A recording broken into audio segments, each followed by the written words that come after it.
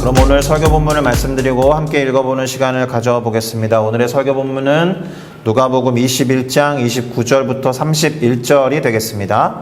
누가복음 21장 29절부터 31절을 다 같이 한 목소리로 함께 읽어보겠습니다. 이에 비유로 이르시되 무화과 나무와 모든 나무를 보라. 싹이 나면 너희가 보고 여름이 가까운 줄을 자연히 아나니 이와 같이 너희가 이런 일이 일어나는 것을 보거든 하나님의 나라가 가까이 온 줄을 알라. 아멘. 자, 저는 방금 우리가 함께 읽은 이 누가복음 21장 29절에서 31절 말씀을 가지고 하나님의 나라가 가까이 오다 라는 제목으로 누가복음 21장을 함께 살피고 그 안에서 깨달음을 얻고자 합니다. 그러니 제목을 함께 따라 읽어보시면서 깨달은 바를 우리의 삶과 신앙에 적용하겠다라는 결단과 다짐도 해보셨으면 좋겠습니다. 제목을 따라합니다. 하나님의 나라가 가까이 오다. 하나님의 나라가 가까이 오다. 하나님의 나라가 가까이 오다. 하나님의 나라가 가까이 오다. 아멘. 자, 우리는 회개하라 천국이 가까이 왔느니라 라고 외쳤던 세례 요한의 일침 그리고 그의 선포를 잘 알고 있습니다. 예수님께서 공생애 곧 퍼블릭 라이프를 시작하시기 전부터 광야에 외치는 자의 소리로 그리고 메시아의 길을 평탄케 하는 사역으로 세례 요한이 이렇게 외치면서 사역을 시작한 거죠.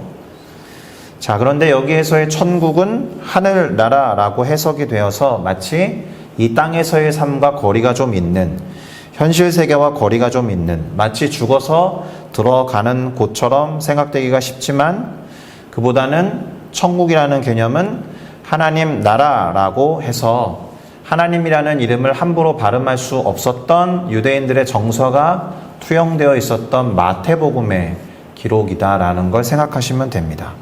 유대인들의 세계관에서는 하나님의 이름을 함부로 부를 수 없었기 때문에 하늘나라로 바꿔서 그것을 한국 성경이 천국이라고 바꿔서 기록했기 때문에 그렇지 사실은 하나님 나라, 하나님이 왕이신 나라, 하나님이 통치하는 나라라고 이해해야 하는 거예요. 그러니까 이제 천국이라고 하면서 동시에 우리가 많이들 오해하는 것은 그래서 하나님 나라에 들어가는 거다. 죽으면 천국에 들어가는 거다. 이렇게만 좁혀서 생각하는 경향이 있는데 사실 성경에는 하나님의 나라가 온다. 하나님의 나라가 임한다. 라는 표현이 더 자연스럽게 많이 기록되어 있습니다. 그 말은 하나님의 나라라는 개념을 우리가 좁혀서 잘못 생각하고 있는 경향이 제법 있다라는 거예요. 말씀드렸듯이 하나님의 나라는 하나님이 통치하는 영역을 말하니까 하나님의 통치가 온전히 임한다 이렇게 해석하는 경우가 훨씬 더 적절하다라고 보시면 됩니다. 그런데 하나님 나라에 들어가는 것도 맞죠.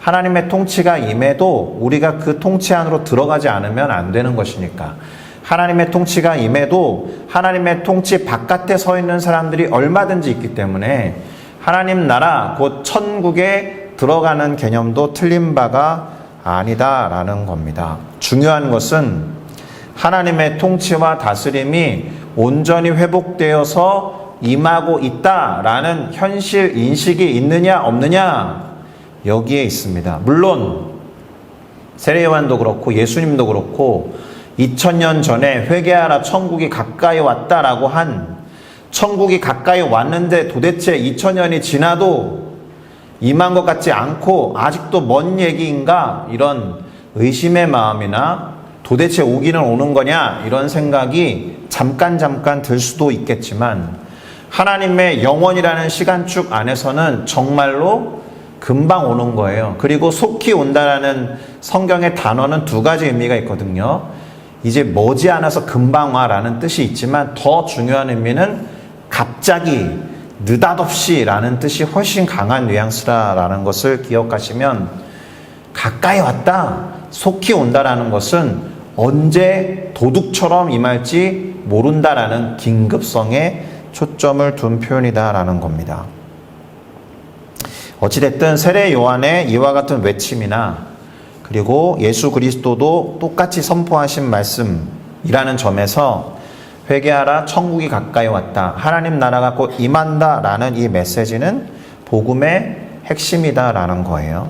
틀린 말이 아니다라는 겁니다. 그래서 이와 같은 맥락 때문에 오늘 우리가 살펴보게 될 누가복음 21장은 하나님 나라 그리고 그 전조와 징후를 해시태그 걸어서 키워드로 삼을 수 있다. 이렇게 보시면 좋겠습니다. 하나님의 나라 그리고 전조 또는 징후라는 단어를 기억하시면 좋겠습니다. 자, 하인리히의 법칙이라는 말이 있어요. 하인리히의 법칙. 독일 사람이죠. 독일 사람이 이렇게 먼저 말하는 것이겠지만 어떤 대형 사고와 사건이 발생하기 전에는 반드시 그 징조로 수십 차례의 경미한 사고 그리고 수백 번의 사소한 징후가 반드시 나타난다라는 법칙을 말합니다. 여기에 가미해야 될, 반드시 추가해야 되는 중요한 핵심 키워드는 통계적이라는 말이에요. 통계적 법칙이에요. 그 일이 벌어질 때는 객관적인 어떤 일들이 반드시 징조와 전조로 나타나서 이 법칙을 말하기 전까지 여러 가지 자료와 데이터들을 모아보니 그렇더라라는 경향성을 읽어내고 말한 거예요. 합리적이고 타당하고 논리적인 이야기다라는 것을 기억하시면 좋겠습니다. 관찰해 봤더니 그렇다라는 거예요. 그런 일이 벌어질 것 같아. 이렇게 이야기한 게 아니에요. 어떤 일이 벌어질 때는 정말 수십 수백 가지의 일들이 벌어지더라라는 통계에 근거한 데이터를 모아서 수집하고 분석한 결과가 그렇다라는 겁니다. 제가 왜 여기에 이렇게 초점을 두고 말씀드리는지 잘 흐름을 따라서 이해해 주시면 좋겠습니다. 그 일이 벌어질 때에는 반드시 이러저러한 징조들이 나타났다.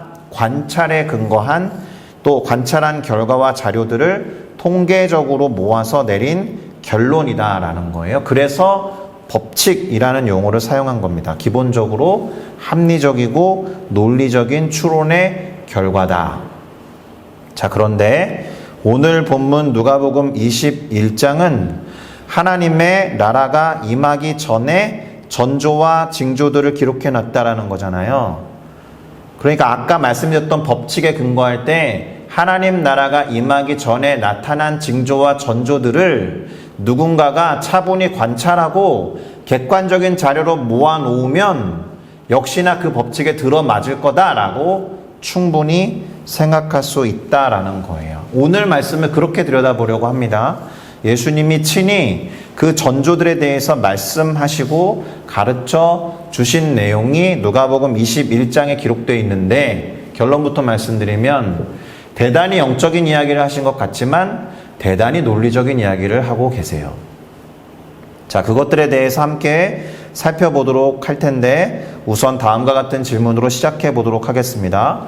만약 하나님의 나라가 이런 것이라면, 그러니까 제가 지금부터 말씀드리고자 하는 일들로 가득한 것이 만약 하나님의 나라라고 한다면 어떤 생각과 어떤 감정과 어떤 마음이 드시겠습니까? 이런 질문이에요. 우선 성전의 아름다운 돌과 여러 가지의 헌물과 선물과 제물로 꾸며진 것들이 하나하나 다 무너져 내리는 것이 하나님 나라라고 한다면 우리는 그런 하나님의 나라를 꿈꾸고 소망할 수 있을까? 또는 많은 사람들이 주의 이름으로 와서는 내가 주인이야, 내가 주님이야 라고 하면서 미혹하는 것이 하나님 나라라고 한다면 우리는 또한 그러한 하나님 나라를 기대하고 꿈꾸고 소망하며 의지할 수 있을까? 난리와 소요의 소문을 듣게 되면서 두려워하고 걱정하는 일들이 많이 일어나는데 그것이 하나님의 나라라고 한다면 그곳에 들어가는 것이든 그 나라가 임하는 것이든 우리는 그 나라를 소망하고 기대하며 꿈꿀 수 있을까? 이와 같은 일이 벌어지는 것이 하나님의 나라일 리가 없기 때문에 이런 일들을 쭉 나열하신 예수님께서 다음과 같은 말씀을 먼저 들려주십니다. 누가복음 21장 9절인데요. 제가 읽겠습니다. 난리와 소요의 소문을 들을 때에 두려워하지 말라. 이 일이 먼저 있어야 하되 끝은 곧 되지 아니하리라. 아멘. 이러한 일들이 먼저 있어야 하는데 그렇다라고 그것이 끝은 아니다. 그러니 두려워하지 말아라. 이 말은 하나님의 나라가 임하는 일이 멀지 않았다라는 전조, 곧 징후와 사인일 뿐 그것이 하나님 나라 자체는 아니니 걱정하거나 두려워하지는 말아라. 이런 말씀해 주신 거예요. 다만 하나님의 나라가 임하기 전에 이러한 전조들이 반드시 나타나게 될 거다라는 말씀을 하신 겁니다. 그래서 오늘 본문이 기록하는 하나님 나라가 임하는 전조들에 대해서 약간 정리를 해볼 필요가 있습니다. 그걸 정리해보면 다음과 같습니다.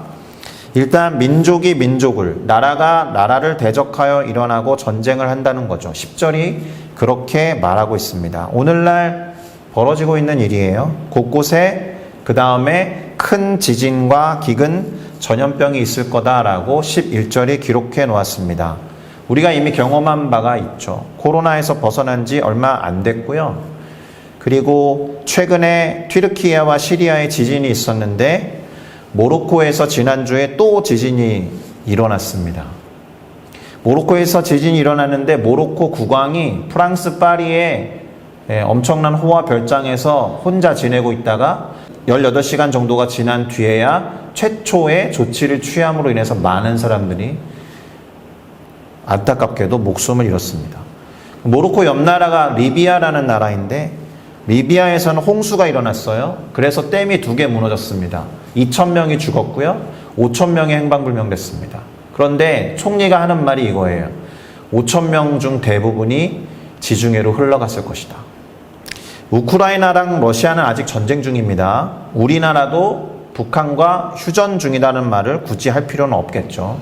전쟁이 끝난 게 아닙니다. 무서운 일들이 벌어지고 있어요. 한국에서는 묻지마 살인이나 폭행이 일어나고요. 옛날에는 그래도 자신한테 분풀이 했거든요. 자해를 하거나 자살을 하던 때가 그것도 안타까운 것이지만 이제는 사회에 그것을 표현해요. 죄도 없는 타인에게 표현하는 일들이 무섭게 벌어지고 있다. 그리고 우리는 다행인 건지 감사한 건지 모르겠지만 직접적으로 당하는 일은 아니지만 기독교 역사 속에서 그리고 현재에도 어느 지역에서는 기독교인들에 대한 박해가 있어 왔고 여전히 존재하는 게 사실입니다. 이렇게 10절부터 12절까지 하나님 나라가 임하는 전조들을 나열해 놓으신 다음에 22절은 징벌의 날에 대해서 기록하고 있습니다. 징벌의 날, 박해, 이러한 일들이 하나님 나라가 임하는 전조라고 기록한다. 박해에 대해서 조금만 더 이야기를 하면 박해를 받아서 권력자들 앞에 끌려가게 될 테지만 이것이 되려 간증, 증언, 하나님을 드러내는 기회가 된다고 했으니 이 말도 예수님께서 주시는 위로와 권면이 아닐까 하는 생각이 듭니다. 그럴 만한 자신은 물론 없지만 끌려가 봐야 알겠지만 심지어 변명할 것을 미리 궁리하거나 준비하지 말라고 하셨어요. 이유는 대적들이 대항하거나 변박, 자신들의 논리를 변호하거나 반박하지 못하도록 자신들의 주장이나 박해를 옹호한다거나 우리들의 복음을 반박하려고 하는 시도를 할 수 없도록 주님이 때에 맞게 구변과 지혜를 주실 거라고 하셨어요. 위로가 아닐 수 없습니다. 위로가 있는 이유는 뭐예요? 부모와 형제, 친척과 친구들조차도 믿는 크리스천들을 넘겨줌으로 인해서 순교를 당하게 되는 일들도 벌어질 수 있다. 주님의 이름 때문에 여러 사람들이, 예수님은 심지어 모든 이들이라는 표현을 사용하고 있는데 미움을 받게 될 거다라고 하셨습니다. 그러면 아직 때가 이른 게 아니에요. 모든 이들이 저 크리스찬이야라고 모든 사람들이 우리를 막 뭐라 하거나 하는 상황이 아직 임하지는 않았으니까. 그러나 이 박해에 대한 이야기의 결론이 뭐예요? 그럼에도 불구하고 머리털 하나도 상하는 일이 없겠고 그러한 인내와 오래 참음으로 인해서 박해와 핍박을 견딤으로 인해서 영혼을 얻게 될 거다라는 말씀을 끝에 붙여 놓으셨습니다. 할렐루야. 또 징벌의 날이 다가올 거라고 되어 있었는데 특별히 예루살렘에 초점을 둔 거예요. 예루살렘이 군대들에게 에워싸이면 징벌의 날, 곧 멸망이 다가왔다라고 생각하라라는 거죠. 공식적으로는 AD 70년에 로마 군대에 의해서 예루살렘이 함락되고 성전 무너져 내렸습니다. 그때부터 징벌의 날이 시작된 거죠. 그러니 그때 유대 땅에 있는 자들은 산으로 도망하라라고 하셨고, 그 예루살렘 성 내에 있다면 나가지 말라라고 하셨고, 성 이외에 촌에 있다라고 하면 성에 들어가지 말라라고 하셨습니다. 그렇게 도망갈 수 있는 사람들은 괜찮은데 아이를 뵌 자들과 젖 먹이는 자들에게 화가 더 임하게 될 거다. 큰 환난과 진노가 있을 것이다. 안타깝게도 그와 같은 사회적 약자들은 칼날에 죽임을 당하면서 모든 이방 지역으로 사로잡혀 가는 일들이 벌어질 것이다. 그러니까 이스라엘 역사 속에서, 유대인들의 역사 속에서 바벨론으로 끌려가는 예수님 이전에 500~600년 전의 일도 있었지만 예수님 이후에 로마에 의해서 벌어진 일들을 포함해서, 그리고 세계 2차 대전 때 유대인들 학살과 같은 일들을 시대적인 상황으로 보면 모두가 징벌의 날들에 해당하는 거예요. 그리고 예루살렘은 이방인의 때가 차기까지 이방인에게 밟힐 것이라고 했는데 아시죠? 지금도 예루살렘의 절반은 이방인들이 점유하고 있습니다. 그 말은 징벌의 날이라고 단수로 하루를 말한 것처럼 표현되어 있지만 사실은 징벌의 날이 계속되고 있는 거예요. 그러니까 그렇게 말할 수 없는 거죠. 왜 하나님의 나라가 속히 임한다라고 했는데 2000년 동안이나 안 임하고 있는 것입니까? 라고 물을 수도 있겠지만 여전히 징조와 징벌의 날과 박해가 지속되고 있는 과정에 있다.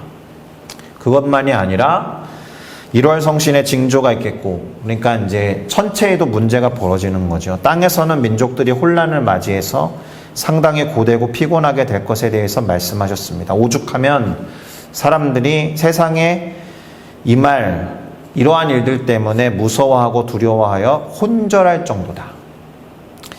다시 정리를 하면 이러한 징벌의 날은 이미 시작되었고 하나님의 나라가 완벽하게 임하기 전까지 지속될 거다라는 거예요.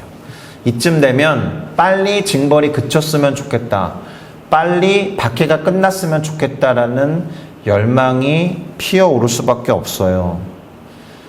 잘 보면 신구약 성경의 묵시에 해당하는 다니엘서도 그렇고 요한계시록에도 그렇고 그 때와 기한이 찰 때까지에 대한 언급이 있습니다. 하나님에게 속한 시간축 안에서 그 시간들이 차가고 있다. 그런데 희망적인 메시지는 뭘까요? 박해와 징벌의 날들이 끝나는 것이 역설적으로 하나님의 나라가 도래하는 시작이 된다는 것입니다. 할렐루야. 그러니까 박해와 징벌조차도 하나님의 나라가 임한다는 전조와 사인이 되는 거예요. 혹시라도 개인으로 신앙을 가짐으로 인해 당하는 불이익이 있다면 그렇게 생각하셔야죠. 하나님의 나라가 임하기 위해 임하는 전조라고 생각하면서, 아까 예수님께서 잠깐 위로의 메시지를 남겨두신 것처럼 참고 인내함으로 영혼을 취하는 우리 모두가 되어야 할 줄로 믿습니다. 자, 점점 세상은 기독교에 대해서 반감이 커져가고 있어요. 물론 여기에는 기독교인들의 책임을 포함하지 않을 수 없죠. 그 이유가 어떻든 간에 중요한 것은 예수님이 오늘 하신 말씀에 기초할 때 그건 하나님 나라의 도래로 향하는 수순에 해당한다라는 겁니다. 아침을 맞이하기 위해서 어둠을 직면해야 하듯이, 또 태양이 떠오르면 한 줄기 빛이 뻗어나가기 시작하면 어둠은 떠나가듯이 하나님의 나라는 그렇게 새벽과 아침처럼 느닷없이 갑작스럽게 오게 될 겁니다.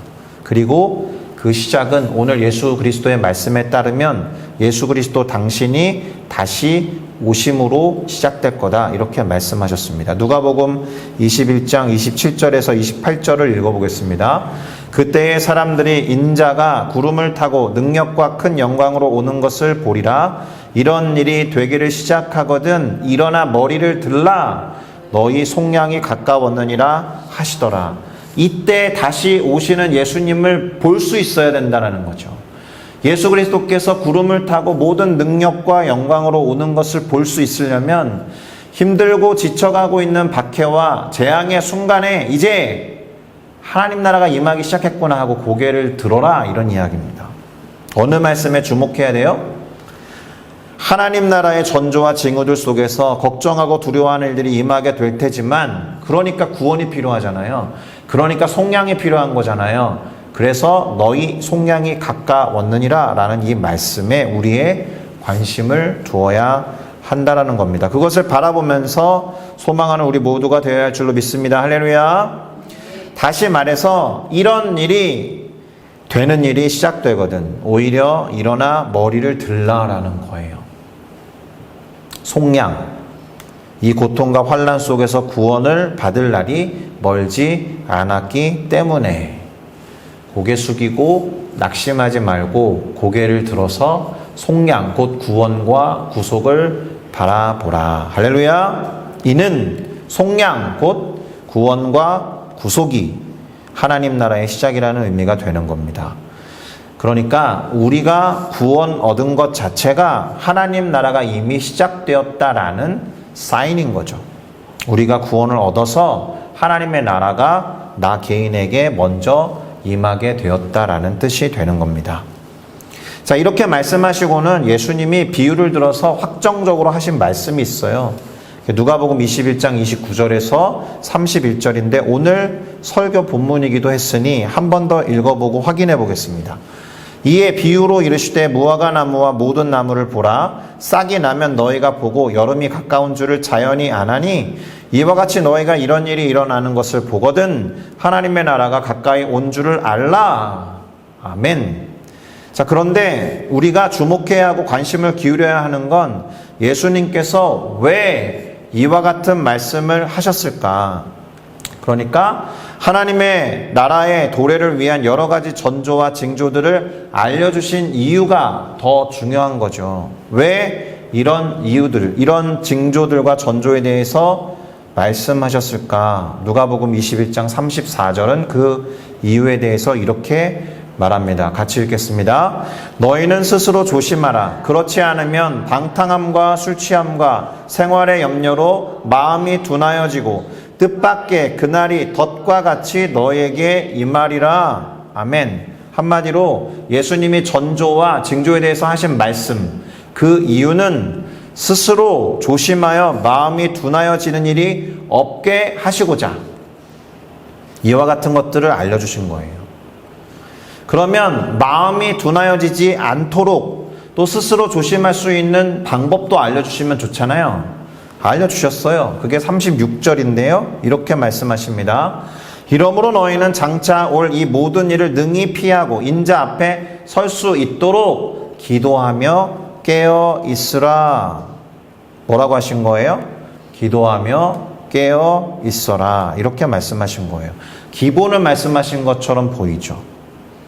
이걸 돌려 말하면 영적으로 민감하라라는 말입니다. 왜냐하면 이 시작이 뭐였어요? 마음이 둔하여지면 안 된다라고 하셨기 때문에 둔하다의 반대말 민감함을 적용해서 말해보면 영적으로 민감해야 한다는 거예요. 기도하여 깨어 있어서 마음이 둔하여지지 않아야 하는 것, 영적으로 민감해서 하나님 나라의 임하심에 주목하라라는 거예요. 근데 제가 오늘 또 이 설교를 준비하면서 영적으로라는 단어를 한 번 더 강조해야겠다라는 생각이 들었습니다. 영적인에 해당하는 원어가 뭐라고 했는지 주일 설교가 기억나십니까? 이 스피리추얼에 해당하는 원어는 로기코스라고 말씀드렸어요. 이거는 반드시 기억하세요. 로기코스. 로기코스에서 로지컬이 왔다고 말씀드렸습니다. 발음, 음가가 비슷하잖아요. 로기코스, 로기칼, 로지컬 이렇게. 그래서 영적인으로 해석되는 단어이지만 우리가 알듯이 리즈너블한 거예요. 레셔널한 거예요. 로지컬한 게 영적인의 의미예요. 영적이라고 하면서 뭔가 신령스럽고 나 환상이나 꿈에서 봤어. 우리가 많이 습관적으로 하는 말, 하나님이 이렇게 말씀하셨어요 라는 거를 쉽게 말할 수 없어요. 오히려 영적이라는 것은 하나님 입장에서 보시면 대단히 논리적인 것이고 하나님 입장에서 보시면 대단히 상식적인 거예요. 하나님 입장에서 보시면 이성적이고 합리적인 거다라는 말입니다. 다만 죄로 인해서 논리적, 합리적, 이성적인 것이 하나님과 멀어져서 마치 하나님이 비논리적인 분, 비합리적인 분, 전혀 이성적이지 않은 분처럼 생각되고 해석되고 있기 때문에 문제인 것이지, 원래 영적인의 의미는 그것이었다라는 것을 반드시 기억하셔야 되는데, 오늘 제가 이 이야기를 또 꺼낸 이유는 징조나 전조와 관련해서도 이 단어를 활용해야 하기 때문에 그래요. 설교를 시작할 때 제가 하인리의 법칙을 말씀드렸잖아요. 하나님 나라가 임하게 될 징조와 징후도 귀납법적으로 관찰해 보면 그 정보와 자료들의 축적에 의해서 그럴 것이다라고 논리적으로, 합리적으로, 상식적으로 추론할 수 있다라는 거예요. 얼마든지. 영적이지 않은 사람들에게는 기회가 주어지지 않는 게 아니에요. 성경에서 예수님이 하신 말씀을 들은 사람은 도처에 전쟁의 소문이 났어, 도처에 가뭄과 기근이 일어났어, 전염병이 돌고 있어, 무서운 일이 벌어지고 있어, 이런 것들에 주목해서 자료를 모으다 보면 하나님 나라가 멀지 않았구나라고 논리적으로, 합리적으로, 상식적으로 생각할 수 있다라는 거예요. 알기 쉽게 한 번만 더 말씀드리면, 왠지 그럴 것 같아 라는 게 아니다라는 거예요. 내 육감이나 직관, 기도해 보니까 그럴 것 같아도 아니에요. 말씀에 근거해 보면 그렇다라는 거예요.